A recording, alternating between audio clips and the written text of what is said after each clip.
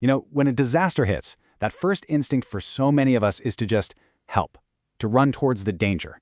But what if I told you that heroic impulse, that desire to rush in, could be the absolute most dangerous thing you can do? Today, we're going to break down the basics of light search and rescue. It's all about a systematic approach that turns your good intentions into action that's effective and, most importantly, safe. And right here, this is the core of the issue. We see it time and time again. In the chaos after a disaster, well-meaning people, untrained helpers, they often become victims themselves. Rushing into a collapsed building without a real plan doesn't just put you at risk, it actually makes things worse for the people already trapped inside. So, if just charging in is the wrong move, what's the right one? How do you take that powerful desire to do something, to help, and channel it into something that's actually productive and safe for everyone involved? Well, that's the big question, and we're going to answer it. Look, it really all boils down to this. An effective rescue isn't about who's the bravest person on the scene. Not at all. It's about who's the most prepared. It's about replacing that spontaneous, knee-jerk reaction with a safe, methodical plan. A professional response, even one from community volunteers, it breaks down into these three key phases. Think of them as the pillars of any safe operation. First, you assess the situation. Then, you search. And only then, after you've done those first two things, do you even attempt a rescue. We're going to walk through this whole framework step by step.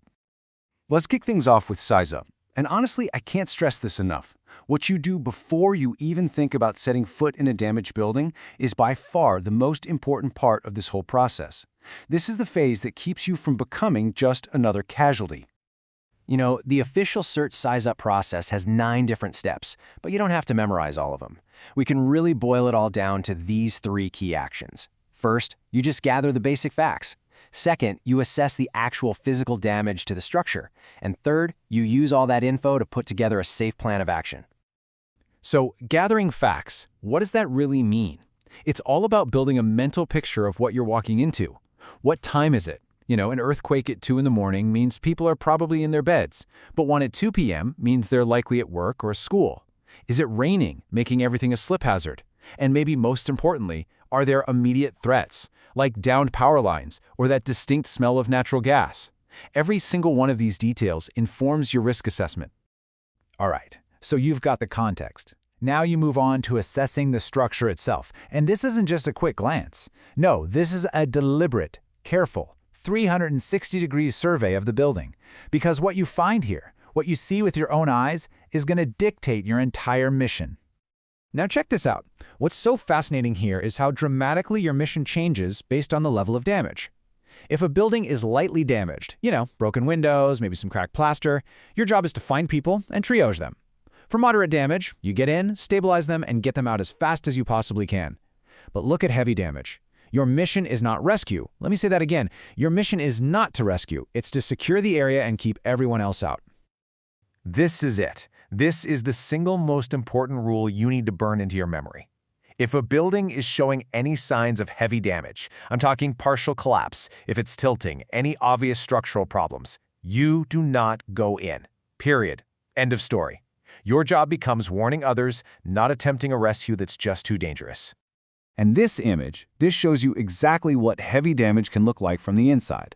These empty spaces are called voids. If you're inside a building and you see floors collapse like this, creating what they call lean-to or pancake voids, that building is critically unstable. That is your non-negotiable signal to get out, right now, and mark that building as too dangerous for anyone to enter. Okay, so you've done your size up and you've decided the building only has light or moderate damage and it's safe enough to enter. Now what? Well, you don't just wander in and start looking around. You need a systematic approach to the search itself. An effective search is all about being methodical. First thing you do, call out. It's the easiest way to find people who are conscious and can move. Then you pick a pattern. A really common one is just keep your right hand on the wall as you move through a room. That way, you know you've covered the entire space. You also have to stop, often, be quiet, and just listen. And if you think you hear something, using 3 flashlights from different angles, that's triangulation. It can help you see into piles of debris and get rid of tricky shadows. Communication between different rescue teams is absolutely vital, and this simple marking system is a game changer. When you go in, you make one slash. That tells other teams, hey, we're in here now. When you come out, you make the second slash to form an X. That means this area is clear, it's been searched. It's such a simple, low-tech way to keep teams from wasting precious time searching the same place twice. Remember, the whole goal is to help without getting hurt yourself. And that's not just about the big decisions, it's about constant little things. It means you never ever work alone. Buddy system, always. It means that safety gear, your helmet, your gloves, a dust mask, it is non-negotiable. And it means you have to be honest about your limits. Fatigue is a serious threat, so rotate out with your team and for goodness sake, lift with your legs, not your back. All right, we've covered a ton of ground, from sizing up the situation to specific search techniques. But all of it, every single bit, comes down to one overriding principle that has to govern every decision you make when you're out there. So why are we so focused on being systematic? Well, think about this. The two things that kill rescuers most often are, 1, getting lost and disoriented inside a damaged, unfamiliar building, and 2, getting caught in a secondary collapse. Both of those risks, they can be seriously reduced by following the methodical procedures we've just been talking about. And that brings us to the most crucial, and maybe the most counterintuitive point of all.